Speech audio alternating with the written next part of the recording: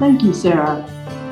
Glad everyone could make the meeting tonight. Let's start this presentation because we've got a lot to cover. So, Stonover. When most people hear the word Stonover, I believe this is what's in their mind. Stonover Farm with the duck pond on Under Mountain. Some of us who are more into the deep dive of local history, when you say Stonover, might think of the Stonover Mansion of John E. Parsons on Yokin Street. Now, the amazing thing about Stonover is, and this is a map from the 1904 Atlas of Berkshire County. Stonover starts from the Stonover farm property. It crosses all the way over to Yokin Ave to the mansion. You can barely make out in this map that there's a carriage road that kind of loop-de-loops, and then it actually comes down West Street, and then there's another fork from the farm that meets in the middle there.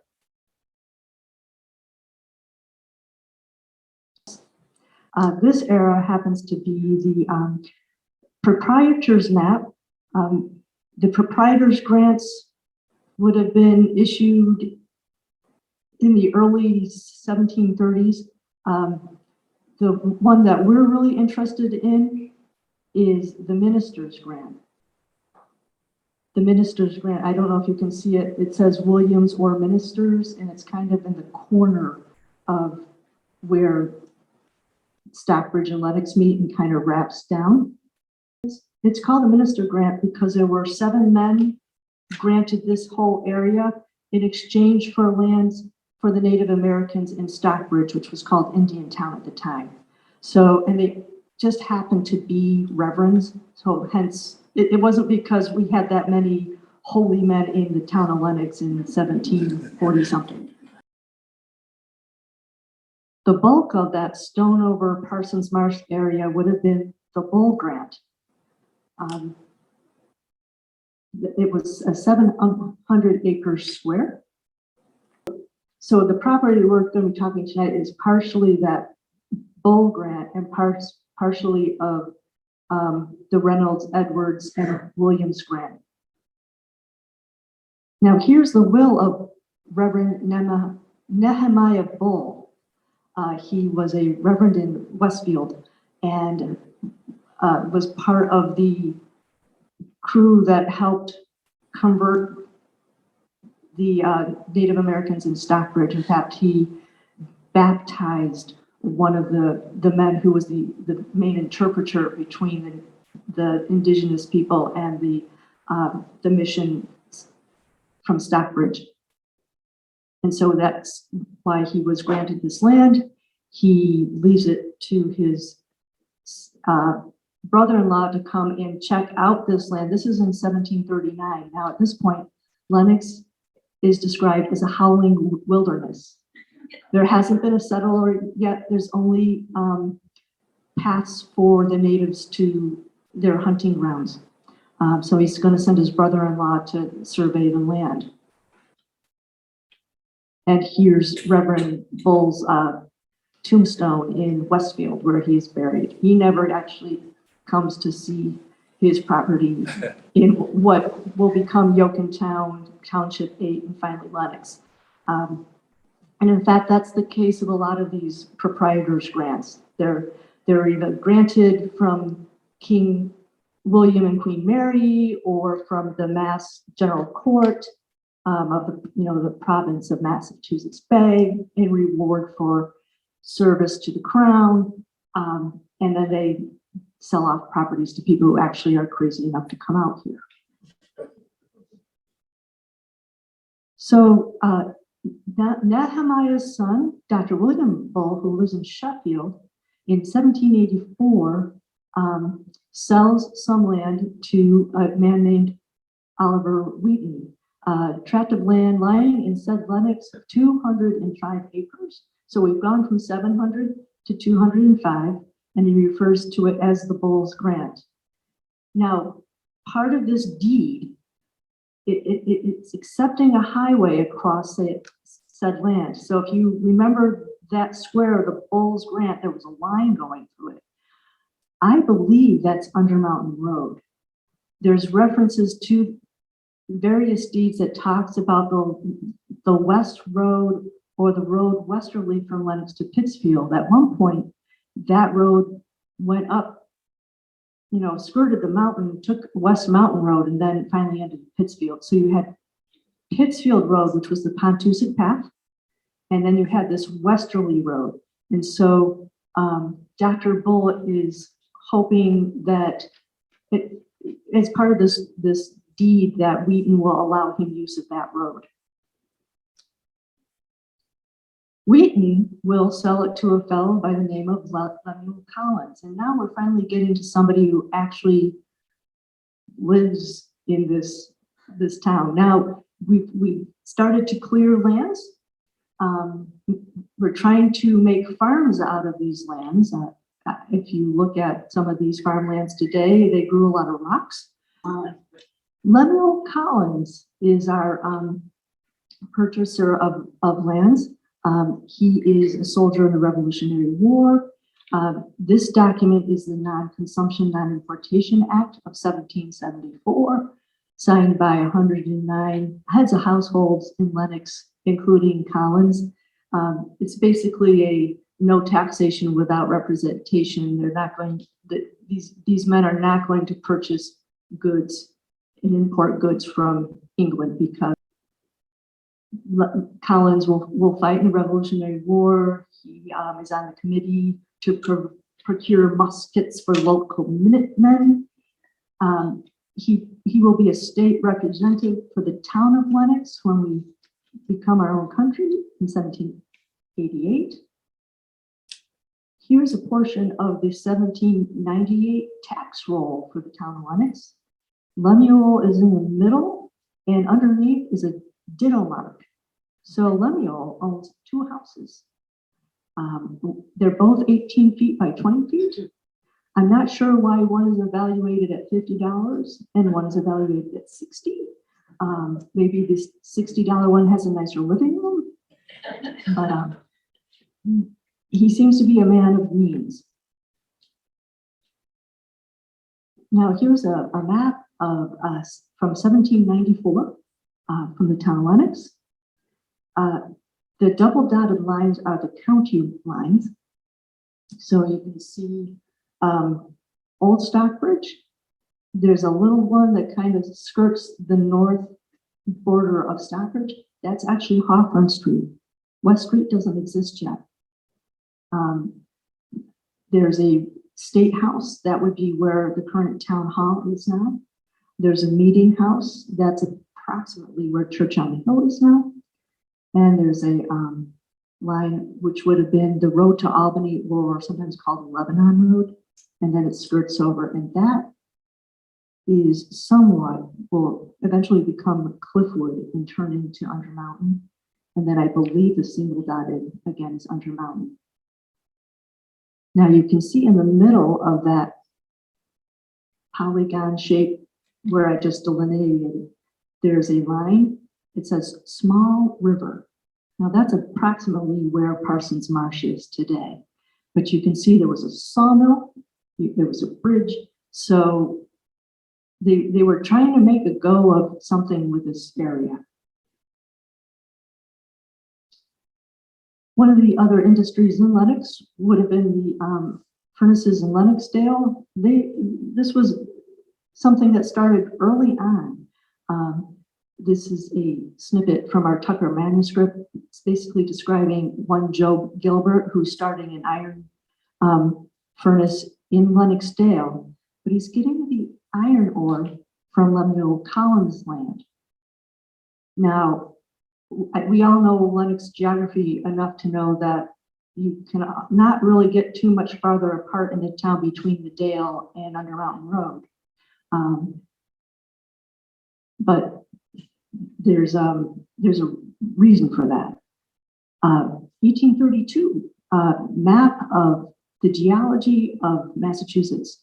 This was done by Professor Hitchcock, who was the first official state geologist for the state of Massachusetts. He's like the granddaddy of geology. In the section we're interested in, the blue is limestone. So if you wondered why the marsh is described as a calcareous, thank you, calcareous.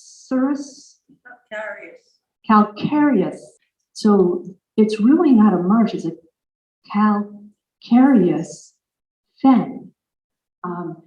The number 8, that's kind of the ridge, that's mica slate. And those red circles with an eye, those are iron deposits. So that explains this map, which is a year earlier in 1831. So you have your Pittsfield to Stockbridge Road, which is under mountain. And I don't know if you can see, there's a square box with hatch marks. It says iron ore. That is about where, if you're familiar, with the marsh and the boardwalk, there's these berms. That's where that iron deposit. So that's where Gilbert was getting his iron ore from. They were taking it from this iron mine, so to speak, and bringing it down to the Dale. Something else to notice next to it, now we have a marsh, and it's marked Belden's Marsh. Now, we haven't brought Belden's up at all. We've been talking about Bowles and Collins. But Lemuel Bowles' daughter, Esther, marries Levi Belden. Her brother, Daniel Collins, and she will inherit Lemuel's property, and it's split in half, but it'll end up being one property, and it will be referred to as Belden Farm. We know it today as Foothill Farm. So if you're picturing Under Mountain Road, if you're going up from West Street before you get to Stonover Farm, is Foothill Farm. Around the corner on West Street is another Belden place. This would be a descendant. This would, I think oldest here. Would this be the great grandson of Lemuel? Henry Belden was known for his singing. He sang at the 1876 celebration for the town. He also sang for the 1874 dedication of Sedgwick Hall for the Lenox Library. And that dedication would have been in our dome room. And this is what the Henry Belden's place looks today. So somebody really knows her conservation, because it really hasn't changed much. Now, here's a map of 1858. This is from the Wallings map of Berkshire County. You can again see the ore bed marked. On the other side of that it's called Prospect Hill. We'll call it Bald Head eventually.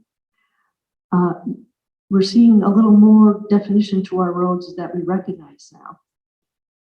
And if you look in the corner of West and Main, kind of to the lower right, do you see the word that says hardhack? I don't know. I don't think hardhack is a person. I think hardhack refers to a vegetation that would have been found in swamp areas. There's a hardhack flower and there's a hardhack tree. Later on, there'll be a reference to Lee Woods. And where hardhack is marked is about where the Nealon estate is, and that used to be Mrs. Lee's cottage. So my theory is that it was marked to say that this was not something that we really could make use of. Now we're moving along. We're up to 1876, and again, now we've created Yokin and Sunset. So we're developing the town in a nice clip. We now have an AG building that would have been Esther's son. There's a schoolhouse. Up north are the Butler's brothers, Cornelius and John. And we have a Mackey on West Street. Now, again, we don't have any marsh marked, but we sure have some streams. To really get a sense of the properties on Yokin, we've got to go a little further. Here's a map from 1894. And now we start to really get into the cottager era of things. On Cliffwood, you can see the homestead, Sunny Ridge, Belvoir. On the corner of Yokin is Windy Side, which is today's Lenox Club. Next door is Ethelwyn, and then next door is Stonover. This photo is taken from Kennedy Park. So there's Windy Side, Ethelwyn, and Stonover, the Stonover Mansion. Now, if you notice in the middle here, we do have some marsh going on. I keep on pointing this out because I know that the marsh has gotten a bit deeper in the last 50 years or so because we have beavers assisting with that process. But it's not true that there wasn't a marsh. The land was a marshy area for a while. Now, here's another photo. This is part of a collection of negative glass plate negatives that was recently donated to the library. And what's wonderful about this shot, it's not as artfully done, but it's done in the winter, so the leaves are off the tree. And here we have a picture of bald head, and it's actually bald. So between the farmers clearing land and the furnace owners cutting down trees for their wood, Lenox at one point had a lot of open vistas because the trees were cut down. Now, one more thing to notice. I don't know if you can see it. Here's the barn, the big barn for Stonover Farm and the farmhouse. So you get a sense. Here's the mansion, and clear across is the farm. So just imagine the size of the property.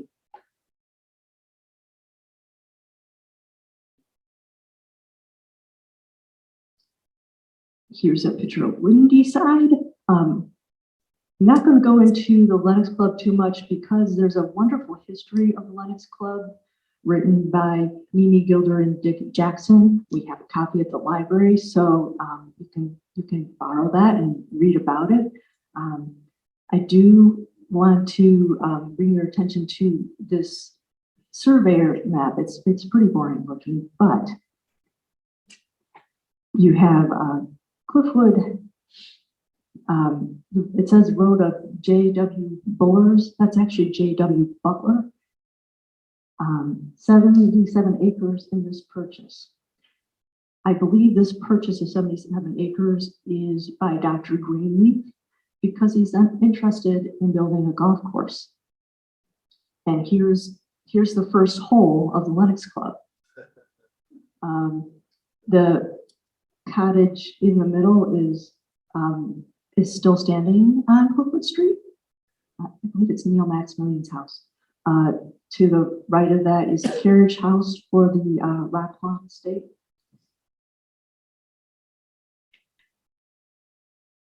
I want to read a little bit of this newspaper article. This is from 1871. A haunted swamp.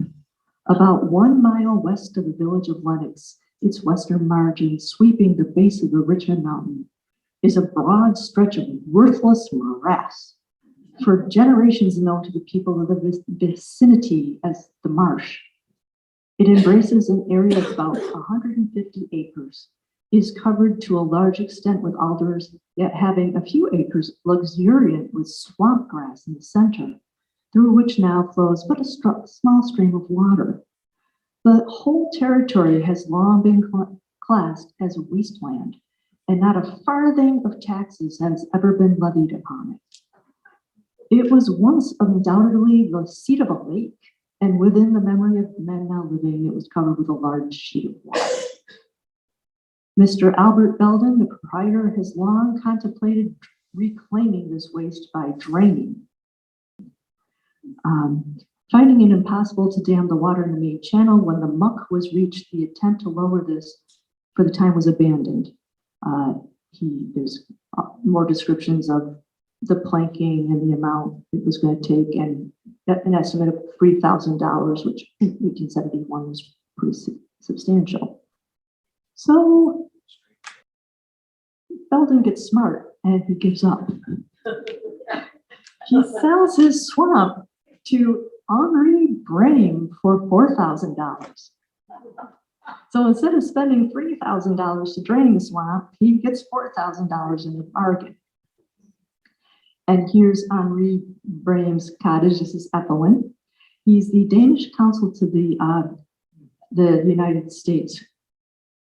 This is the first cottage built by James Clifford, whose descendants still live in Lenox. He was hired to work on Stonover, liked the job so much that he took on Ethelwyn, and so this was his first official cottage. This is referring to the Lee Woods lot of 19 acres, and that was in that area where the hard hack was. This is Brame selling to Parsons. There's a 2-acre lot on West Street, which I believe is the Gatehouse property, which we'll talk to you in a little bit. And importantly, rights for cleaning out and making lower the marsh streams. And also the 65-acre lot, commonly known as Belden's Swamp. Now, another property that Brame will eventually sell is Home Farm. Home Farm, again, was cobbled from parcels of farms, Cornelius Butler and John Butler, and part of Albert Belden. So it's partly what Under Mountain Farm is today, and partly where the Home Farm cottage is today. This cottage was designed by Harding and built again by James Clifford. Now here's a view of Home Farm. This is an Edward Hale Lincoln photo, and you can see it overlooks our golf course. Here's Deep Dean. Up here would be Belmont. And over on the top is the Aspinwall Hotel. And here's another view from the back of the estate. So you can see there's an absence of trees. Here's the current Under Mountain Farm. There's a little bit of the swamp. You can see a little bit of reflection. And then here's Parsons Mansion here with the chart. The survey of Under Mountain Farm gives you a better sense, again, of the different parcels. You can see it's been pieced together with the farm and the stables and the Home Farm mansion. As you mow the hay and so on, we still go according to some of those lines. So some of these would be hay fields, and they're hay fields. I don't think they were purchased lots. I think they were. This has a. In that photo that you showed before, you see that very straight line that goes to that with that corner field at the bottom center, which is now actually half of that is now too wet. The swamp is crept into that field to the left. Yeah, up there. Yep. See that corner and that very straight line going across? That is the same line on the map. Okay, and now that's rather wet. Very wet. When we, in 1974, there was actually fence, of metal wire fence across there that had obviously been built while it was drier. Well, here's a picture of the farm today. And here's a picture of the fields where the horses will go out to pasture, yes? And in the distance is Cornelius Butler's farmhouse. Now, there was an electric line that went through the swamp, and they had a time of it installing the poles. I've heard estimates anywhere from 40 to 60 feet of muck in the swamp before you hit bedrock. When it came time to take the line out, the poles were taken out by helicopter and recycled amongst the neighbors. So this is a barn building, and I believe that is a telephone pole being put to use. So now you're wondering, are we ever going to talk about Stonover? I mean, come on, Amy, it's getting late. You can see the castle, the mansion on the top of the hill. That actually was the location where the first minister for Church on the Hill lived, but I don't think he lived in something this grand. You can see a carriage road that kind of winds around service buildings and a fence. John Parsons is the man responsible for this property, founding member of the New York City Bar Association, successfully defended the American Sugar Refining Company from an antitrust suit by the United States government, among other things. And here's a later picture of Parsons. And in fact, I believe this picture was probably used for the portrait that hangs on the ramp going out to the front of the library. This is a picture of the wedding of Parsons' daughter Edith to David Percy Morgan in 1886, held on the Stonover grounds.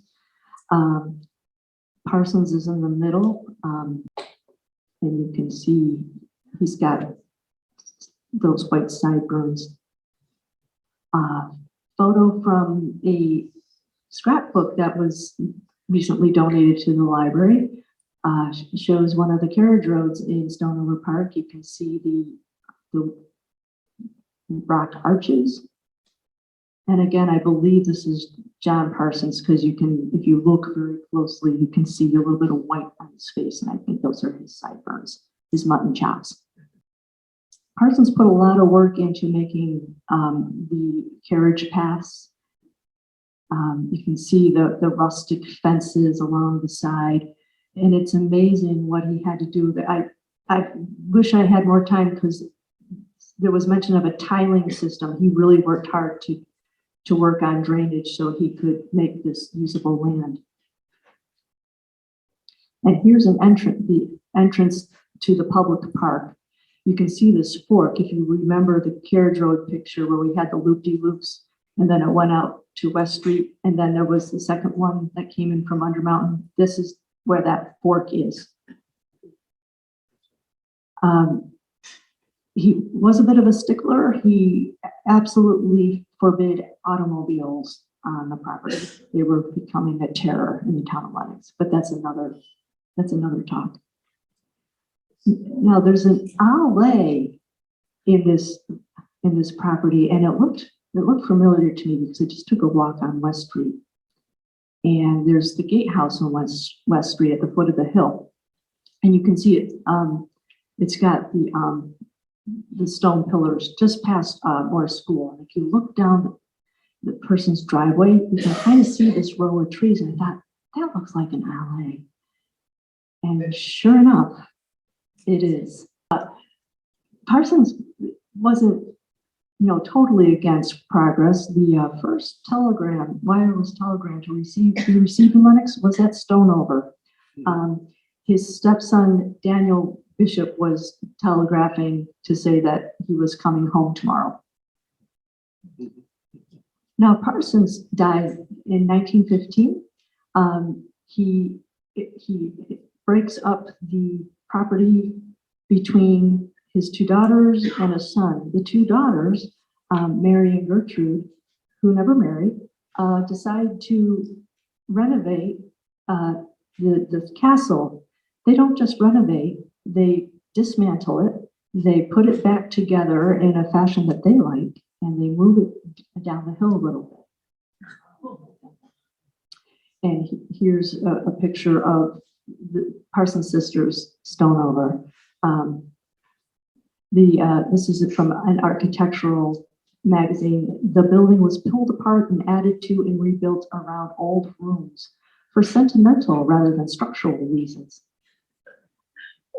Now, one of the things that was pulled apart from the castle was this, I understand, is a service wing, and it was moved across the way, and it sits on Under Mountain Road as they're making the corner, a little farther down from the corner. So this building is part of the old Stonover.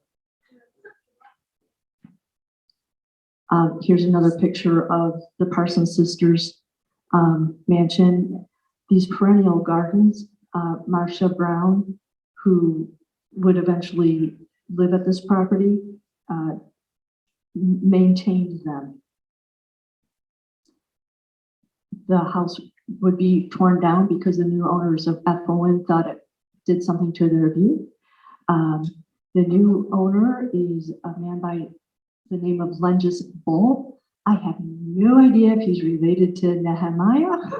He probably is, but that's a genealogist question. And here's a picture of Stonover Farm. This part of the property was donated to John Parsons' son Herbert. This is here are some of the cows on the farm. If you look on the top of the mountain, you can barely make out the Aspinwall Hotel. Here's a closer shot, and you can see some of the cottages. I believe Ethelwyn is in there, and Stonover. And here's another bull. We just can't get away from our bulls. Now, Herbert is on the side of the duck pond here with one of his children. His wife is Elsie Clues. She was a socialite who had some very strong and unusual ideas for her time. This is an article from 1906. Society Women in a Flutter to read Mrs. Parsons' book exploring trial marriages. Oh my goodness. But Elsie Clues Parsons was a serious anthropologist in her own right. She would go on to write books about the Pueblo Indians, and she is still published today. This is a reprint of her book from the. Now she needed some peace and quiet from the kids to do her thinking and her writing. So up the hill from Stonover Farm was a writer's cottage that was built for her, and this is her writer's cottage. Now Herbert and Elsie Clues Parsons' daughter was Lissa Parsons. She's pictured here with her for her wedding to Moorhead Patterson. And the picture of her as a mom is with sons Rufus and I believe Herbert Patterson. That marriage ends in divorce, and she will eventually marry a man by the name of John Drummond Kennedy. And so Mrs. Elsie Parsons Patterson Kennedy is who Parsons Marsh is named for. And of course, Kennedy Park is named for her husband, John Drummond Kennedy, who bought the land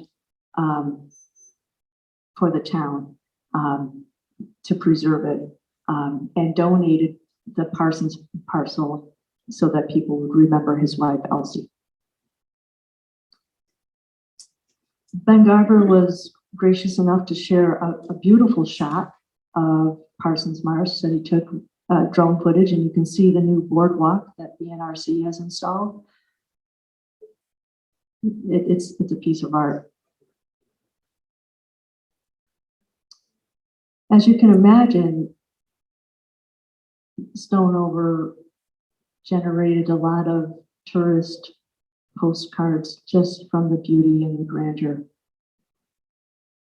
including a postcard made from that picture that we saw with the fork in the road. So here's where we started with our map, and which I've highlighted in hot pink, the carriage road, so you can kind of get a sense of a better sense of the extensiveness of the rides. And here's where they would be if the roads existed today. And you can see that they go right through the marsh. So that's all I have.